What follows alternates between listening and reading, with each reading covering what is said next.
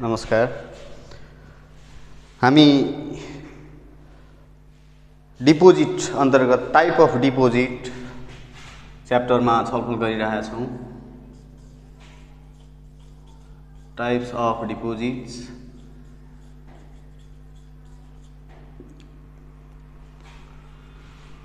त्यसमध्ये अघिल्लो कक्षामा हामीले करेन्ट एकाउन्ट,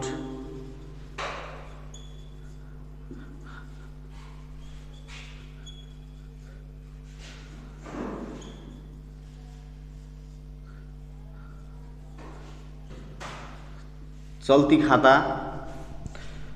खाता विशेष गरी बिजनेस अर्गनाइजेसनहरूले, बिजनेस फर्महरूले खोल्ने गर्दछन्। यो खातामा डिपोजिट गरे बापत कुनै पनि प्रतिफल अथवा ब्याज प्राप्त हुँदैन, इन्ट्रेस्ट प्राप्त हुँदैन। र करेन्ट खातामा ट्रान्जेक्सनको कुनै पनि बार हुँदैन भन्नाले नम्बर अफ ट्रान्जेक्सन्स जति पनि हुन सक्छन्, डिपोजिट र विथड्रअलको लिमिटेसन हुँदैन भनेर हिजो छलफल गऱ्यौँ। त्यस्तै गरेर दोस्रोमा हामीले सेभिङ एकाउन्टको बारेमा छलफल गऱ्यौँ।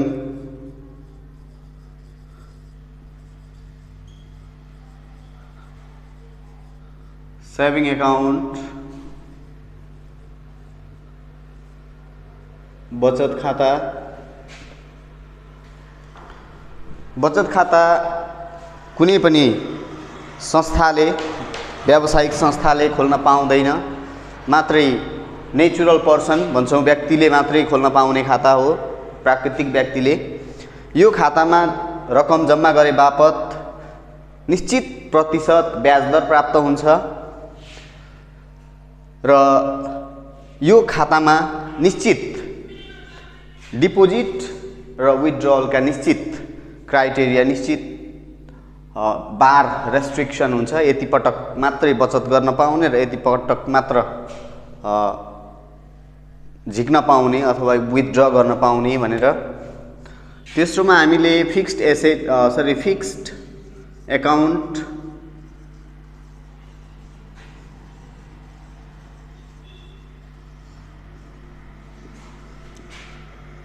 मुद्दती खाता,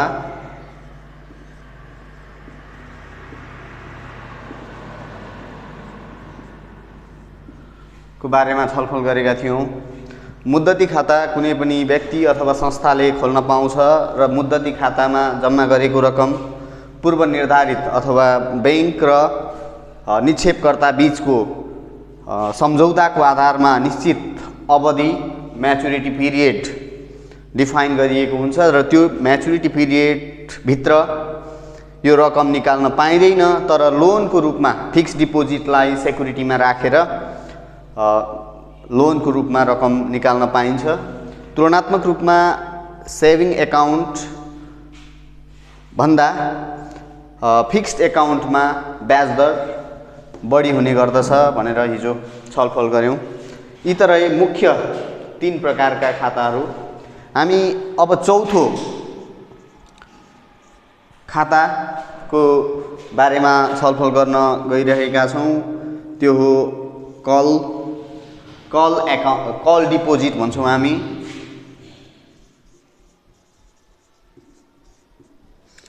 यो करेन्ट डिपोजिट, सेभिङ डिपोजिट र फिक्स्ड डिपोजिट भन्न पनि सक्छौँ। करेन्ट एकाउन्टमा बचत गरेको रकमलाई करेन्ट डिपोजिट, सेभिङ एकाउन्टमा बचत गरेको रकमलाई सेभिङ डिपोजिट र फिक्स्ड एकाउन्टमा डिपोजिट गरेको रकमलाई फिक्स्ड डिपोजिट, मुद्दती निक्षेप, बचत निक्षेप र चल्ती निक्षेप भनेर पनि बुझ्न सकिन्छ। कल डिपोजिट भन्नाले सेभिङ र करेन्ट एकाउन्टको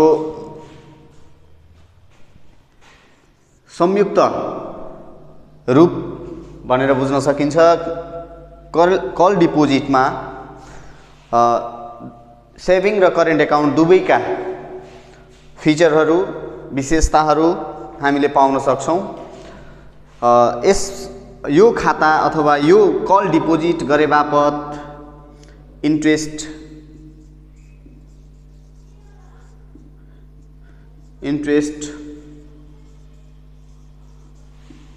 अफर्ड बाई बैंक, बैंकले यो खातामा रकम जम्मा गरे बापत इन्ट्रेस्ट प्राप्त गर्ने गर्दछन् र यो इन्ट्रेस्ट रेट भने नेगोसिएबल हुने गर्दछ।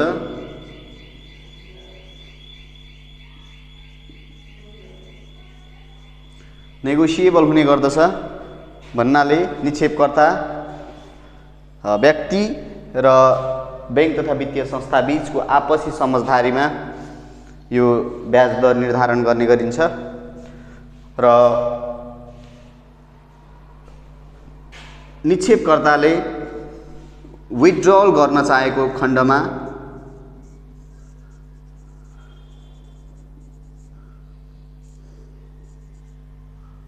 अन रिक्वेस्ट, निक्षेपकर्ताले अनुरोध गरेको खण्डमा कल डिपोजिटमा डिपोजिट गरिएको रकम चाहिँ अनुरोध गरेर विथड्र गर्न पाइन्छ भन्ने कुरा रह्यो। अब अर्को छ margin deposit. Margin deposit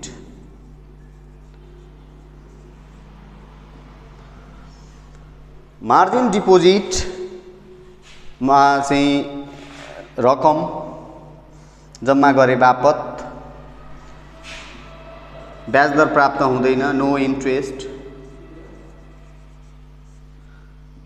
interest अथवा बैंकले यो प्रकारको डिपोजिट गर्ने निक्षेपकर्तालाई कुनै पनि इन्ट्रेस्ट, कुनै पनि ब्याज प्रदान गर्दैनन्। यो चाहिँ होल्ड अन मनी, यो डिपोजिटमा जम्मा गरिएको रकम चाहिँ होल्ड गरिन्छ।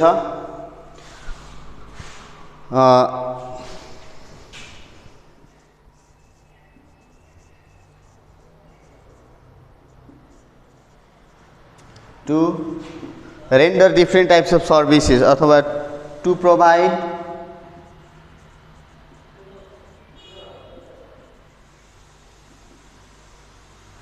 various services and facilities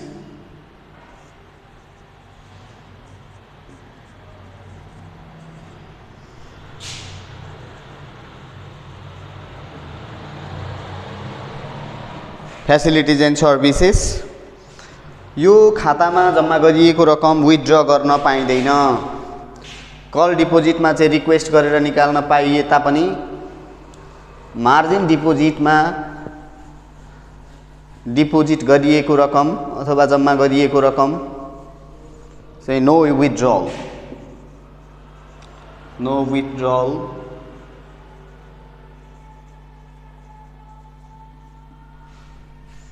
यो चाहिँ निकाल्न पाइँदैन भन्ने कुरा रह्यो।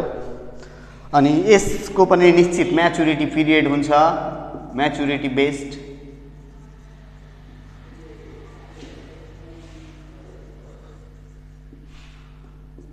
र यो चाहिँ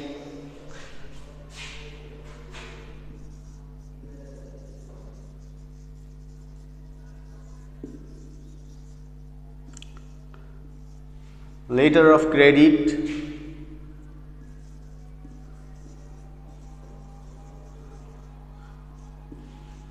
एलसी, जुन चाहिँ आयात निर्यात व्यापारको लागि उपयोगी हुन्छ अथवा आवश्यक हुन्छ। त्यस्तै बैंक ग्यारेन्टी प्राप्त गर्नको लागि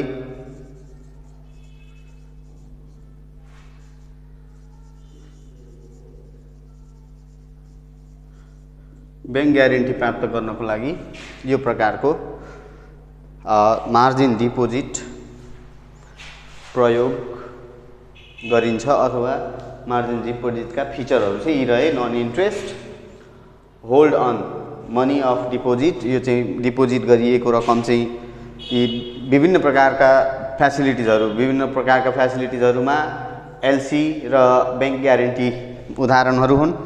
यस्ता सर्भिसहरू प्रदान गर्नका लागि बैंकले चाहिँ निश्चित रकम जुन डिपोजिट भएको रकम हुन्छ त्यसलाई होल्ड गर्ने गर्छ। त्यो चाहिँ त्यो निश्चित म्याचुरिटी पिरियड भन्दा अगाडि विथड्र गर्न पाइँदैन। कल डिपोजिटको बारेमा हामीले छलफल गरिसकेकै छौँ। यो चाहिँ निश्चित रकम निश्चित ब्याज दर प्रदान गर्ने गरिन्छ र यो अनुरोध गरेर आफ्नो आवश्यकता परेको खण्डमा यो रकम विथड्र गर्न पनि सकिन्छ भनेर हामीले टाइप्स अफ डिपोजिटलाई यसरी नै बिट मार्यौँ। अबको हाम्रो नेक्स्ट टपिक भने मोबिलाइजेसन अफ डिपोजिट भन्ने छ। बैंक तथा वित्तीय संस्थाहरूले चाहिँ आफूसँग रहेको डिपोजिट निक्षेपलाई चाहिँ कसरी परिचालन गर्दछन्। मोबिलाइजेसन अफ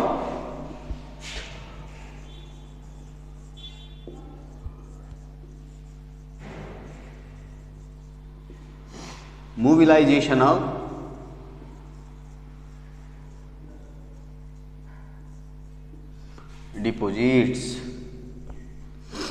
डिपोजिटहरूको परिचालन कसरी गरिन्छ भनेर बुझौँ। अब deposit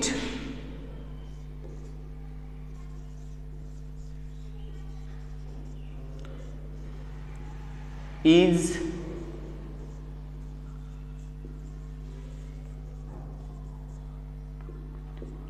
integral part or key factor of financial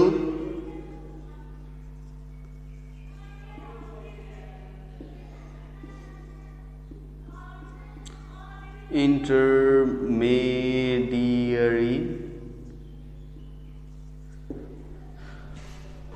वित्तीय मध्यस्थताको कार्य गर्नका लागि डिपोजिट चाहिँ एउटा अभिन्न अङ्ग हो अथवा चाहिँ की फ्याक्टर हो, मुख्य तत्व हो।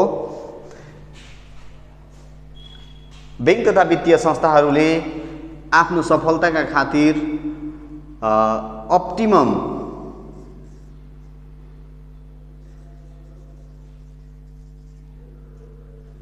utilization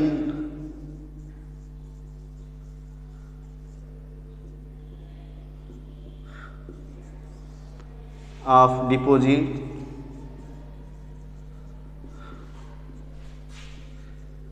is essential। आफूसँग प्राप्त भएको डिपोजिटलाई आदर्शतम रूपमा, उच्चतम रूपमा अथवा उत्तम तरिकाले युटिलाइजेसन र मोबिलाइजेसन गर्नु नै यसको अप्टिमम युटिलाइजेसन हो, जसको कारण चाहिँ बैंकले आफ्नो मुनाफा अभिवृद्धि गर्न सक्षम हुन्छ।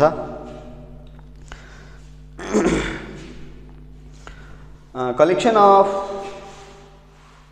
intensive deposits and its optimum utilization is the best way out for success of a bank.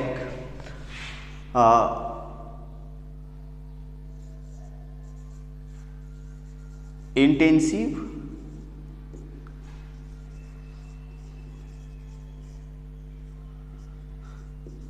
collection of deposits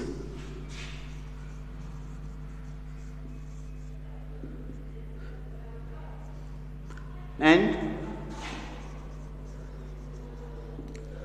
their best utilization, their mobilization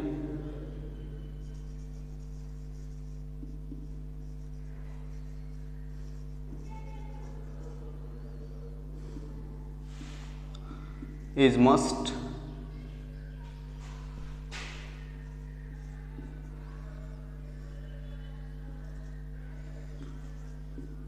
To ensure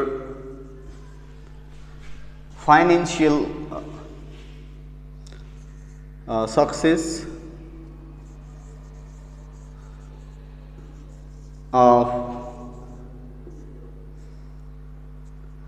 banking financial institutions र बैंक तथा वित्तीय संस्थाहरूले आफूसँग प्राप्त भएको डिपोजिटलाई अभिवृद्धि गर्ने र त्यसको परिचालनबाट मुनाफा अभिवृद्धि गर्न सक्छन्, गर्नुपर्दछ। त्यो चाहिँ best way out for the financial success of a bank. And similarly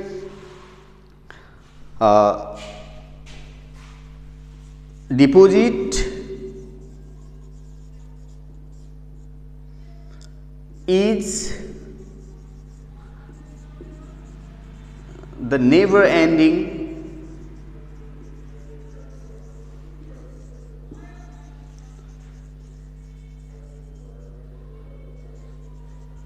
phenomena of a credit officer. यो चाहिँ नेभर एन्डिङ प्रोसेस, यो सधैँभरि चलिरहने निरन्तर प्रक्रिया हो, जसको कारणले बैंकमा नगदको प्रवाह भइरहन्छ र बैंकलाई सफलताको मार्गमा अगाडि बढाइरहन सक्छ।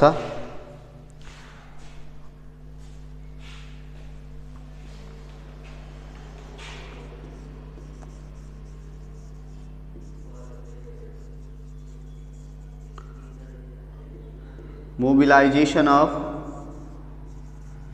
deposits in more profitable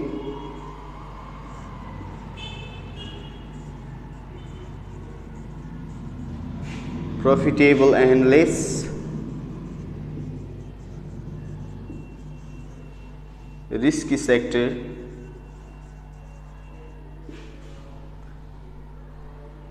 enhances अथवा is a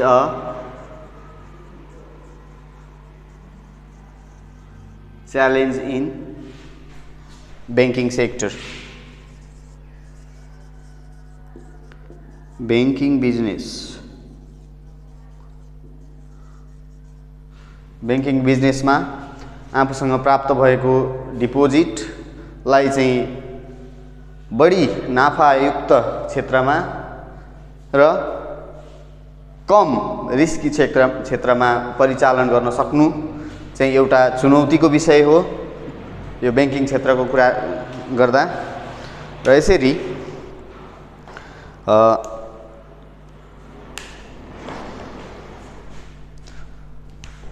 deposits should be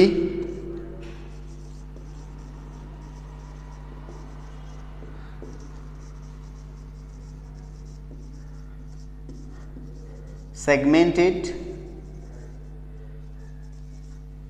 into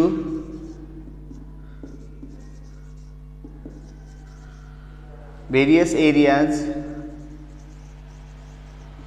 डिपोजिटहरूलाई चाहिँ विभिन्न क्षेत्रमा सेगमेन्टेड गर्नुपर्छ, भेरियस पार्टहरूमा एलोकेट गर्नुपर्छ to ensure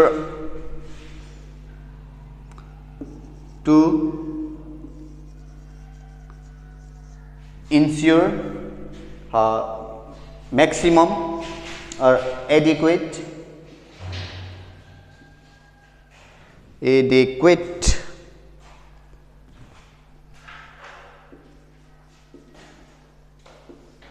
earning,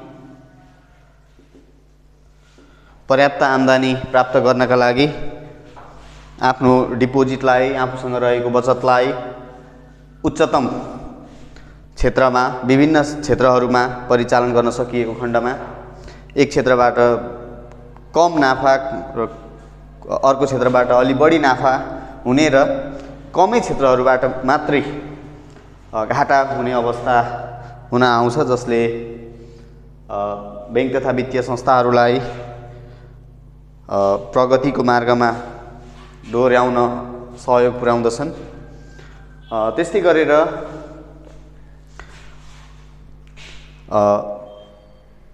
deposit mobilisation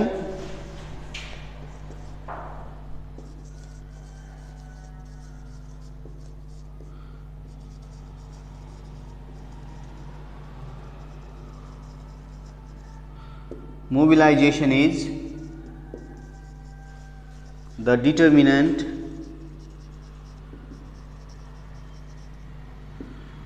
factor of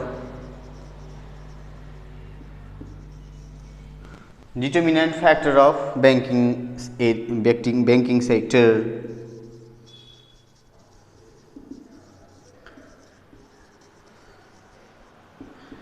banking क्षेत्रको सफलताको निर्धारक तत्त्वको रूपमा डिपोजिट मोबिलाइजेसनलाई लिन सकिन्छ। यसरी हामीले मोबिलाइजेसन अफ डिपोजिट भन्ने टपिकमा डिपोजिट चाहिँ एउटा फाइनेन्शियल वित्तीय मध्यस्थताको लागि एक अभिन्न र प्रमुख तत्व हो। यसको उच्चतम प्रयोग चाहिँ अनिवार्य छ र डिपोजिटलाई निक्षेपलाई बढावा गर्ने र त्यसको उपयुक्त परिचालनले चाहिँ बैंक तथा वित्तीय संस्थाहरूको प्रगति, उन्नति र विकासलाई इन्स्योर गर्छन्। अनि deposit is the never ending phenomena of a credit officer. यो एकपटकको डिपोजिट सधैँभरि रहिरहन सक्दैन, त्यसैले डिपोजिट गर्ने क्रम चाहिँ नेभर एन्डिङ फेनोमेना हो। यो चाहिँ सधैँभरि डिपोजिट भइरहनुपर्छ। यसले चाहिँ क्यासको फ्लोलाई स्टेबल राख्न मद्दत गर्छ भन्ने कुरा हो। त्यस्तै गरी डिपोजिट चाहिँ विभिन्न क्षेत्रहरूमा पार्टिसन गरेर चाहिँ एलोकेट गर्नुपर्दछ, सेगमेन्ट गरेर चाहिँ त्यसलाई मोबिलाइज गर्नुपर्छ। त्यसले चाहिँ पर्याप्त आम्दानी बढाउन सक्छ, आम्दानी दिन सक्छ। त्यस्तै बैंकिङ बिजनेसलाई सफल बनाउनका लागि चाहिँ डिपोजिट मोबिलाइजेसन नै एकमात्र वान एन्ड ओन्ली फ्याक्टर हो भन्ने कुरा हामी यो च्याप्टरमा छलफल गर्यौं। अब हामी बैंक तथा वित्तीय संस्थाहरूको डिपोजिट मोबिलाइजेसनमा के कस्ता लिगल प्रोभिजनहरू छन्, के कस्ता कानुनी प्रावधानहरू छन् भन्ने विषयमा छोटकरीमा छलफल गरौँ। Legal provisions on deposit mobilization.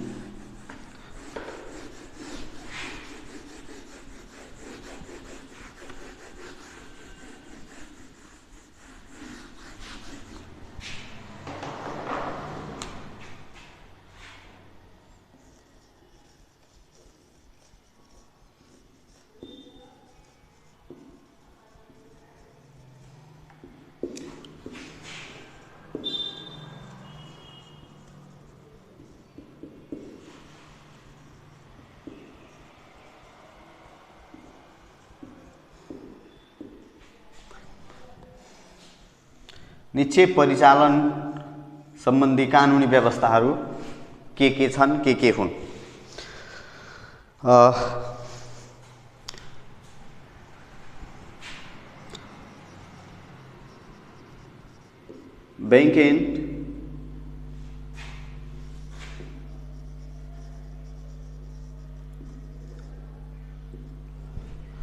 Bank and financial institution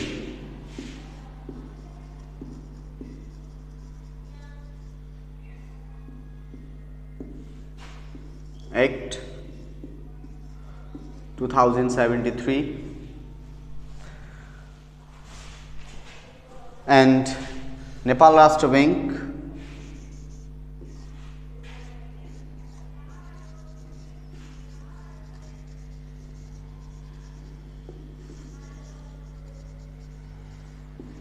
bank directives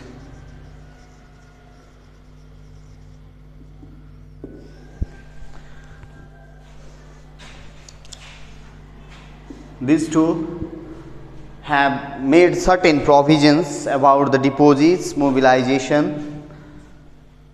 निक्षेप परिचालन सम्बन्धी विशेष व्यवस्थाहरू बैंक तथा वित्तीय संस्था ऐन 2073 र नेपाल राष्ट्र बैंकको निर्देशिका मार्फत केही महत्त्वपूर्ण व्यवस्था कानुनी व्यवस्थाहरू गरिएका छन्। ती कानुनी व्यवस्थाहरूमध्ये नेपाल राष्ट्र bank act, NRB directives, directive number 16 has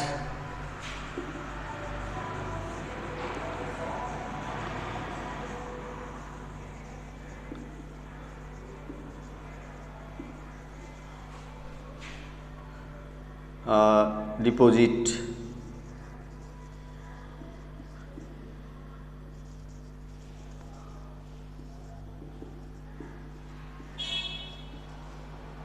mobilization age, class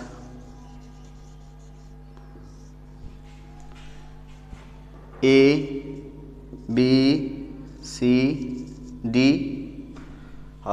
deposit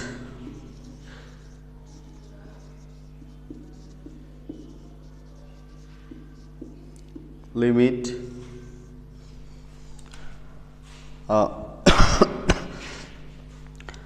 as per the Nepal Rashtra Bank Directive number 16, A class banks like commercial banks has unlimited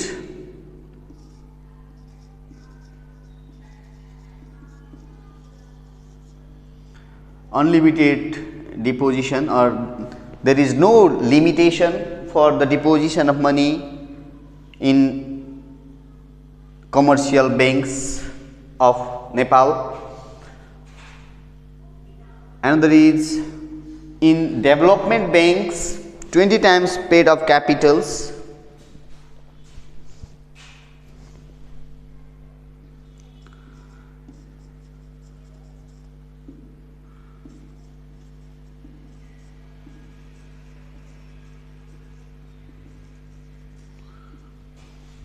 capital deposit paid up capital को 20 गुणासम्म। त्यस्तै गरी C financial institutions 15 times,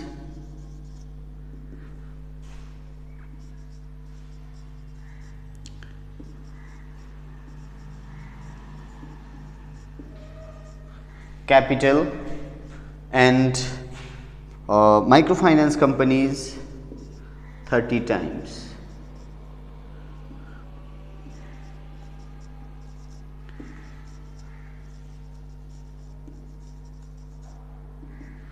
Capitals. In this way, bank and financial institution, Nepal Rashtra Bank Directive has made these provisions for the deposition of money.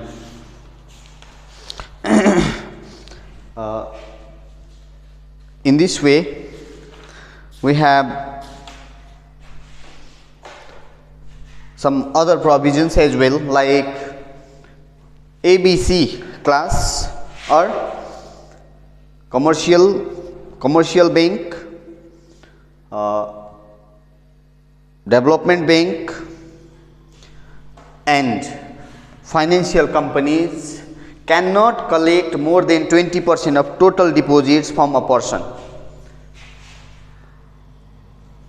It means यी तीन प्रकारका बैंकहरूले, वाणिज्य bank, विकास bank र वित्त कम्पनीहरूले एउटा व्यक्तिबाट जम्मा निक्षेपको 20% भन्दा बढी निक्षेप प्राप्त गर्न पाउँदैनन्। एक व्यक्तिबाट जम्मा निक्षेपको 20% भन्दा बढी प्राप्त गर्न पाउँदैनन् र आफ्नो डिपोजिटको 20%, जम्मा डिपोजिटको 20% भन्दा बढी चाहिँ लोनको रूपमा ऋण प्रवाह गर्न पनि पाउँदैनन्। ABC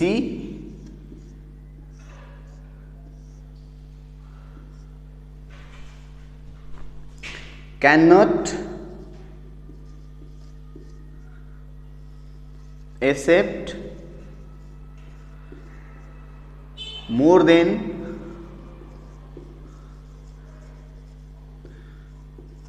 20% of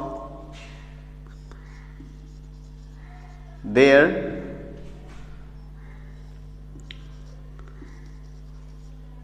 total deposit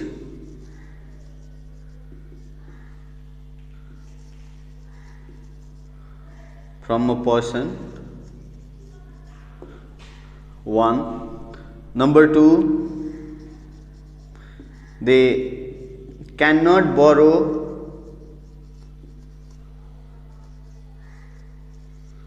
more than 20% of their total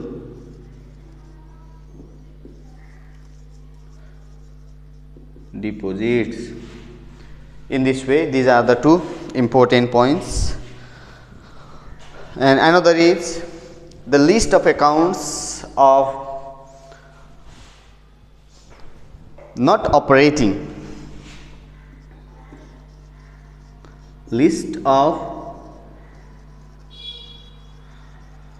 accounts not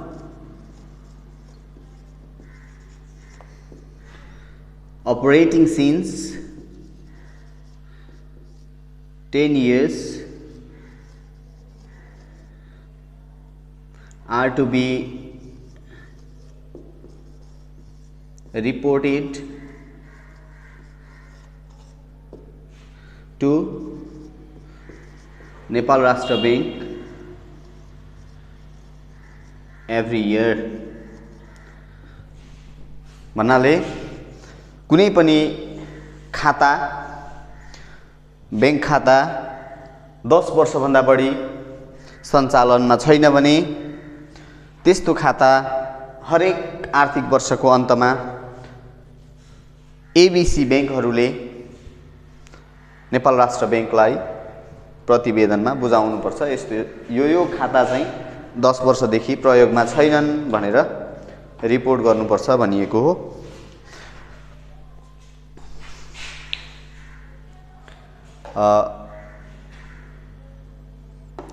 NRB Directive number 16 has also discussed about the regulations regarding the deposit collection and mobilization, how the financial institutions and banks can collect their deposits and how can they mobilize them. Their details, their criteria are mentioned in NRB Directive number 16. Another, I also have discussed you before, saving account is only for natural person भनेको एउटा प्राकृतिक व्यक्तिलाई, सङ्घ संस्था अथवा व्यापारिक सङ्घ सङ्गठनहरूलाई, कम्पनीहरूलाई, कर्पोरेसनहरूलाई चाहिँ सेभिङ एकाउन्ट खोल्न पाउँदैनन् भन्ने कुरा पनि एनआरबी डाइरेक्टिभ नम्बर 16 मा उल्लेख गरिएको छ। अनि कुनै पनि बैंक तथा वित्तीय संस्थाले आफ्नो डिपोजिट, आफ्नो निक्षेप अभिवृद्धि गर्नका लागि कुनै पनि प्रकारको वित्तीय प्रलोभन देखाउने र त्यस्ता प्रवर्धनात्मक क्रियाकलापहरू गर्न पाइँदैन भनेर पनि नेपाल राष्ट्र बैंक एक्ट डाइरेक्टिभ नम्बर 6 ले बताउँछ। र त्यसरी नै priority to pay back depositors then the owners भनेको कुनै पनि कम्पनी, बैंक तथा वित्तीय संस्था डिजल्भ हुने अवस्थामा पुग्यो भने त्यस्तो अवस्थामा सर्वप्रथम डिपोजिटरहरूको डिपोजिटेड एमाउन्टलाई चाहिँ ब्याक गर्नुपर्छ, रिटर्न गर्नुपर्छ र त्यसपछि बाँकी रहेको रकम मात्रै अनरहरूले पाउँछन्, न कि अनरहरूलाई पहिले उनीहरूको हिस्सा दिएर बाँकी रहेको डिपोजिटरहरूलाई दिने हुन्छ। र 2 लाखसम्मको डिपोजिटमा कुनै पनि एक्स्ट्रा कस्ट नलाग्ने व्यवस्था पनि यही नेपाल राष्ट्र बैंक डाइरेक्टिभ नम्बर 16 ले उल्लेख गरेको छ। यति भन्दै हामी आजको यो क्लास यही टुङ्ग्याउँछौँ र बाँकी हामी अर्को क्लासमा कन्टिन्यू गर्नेछौँ। धन्यवाद।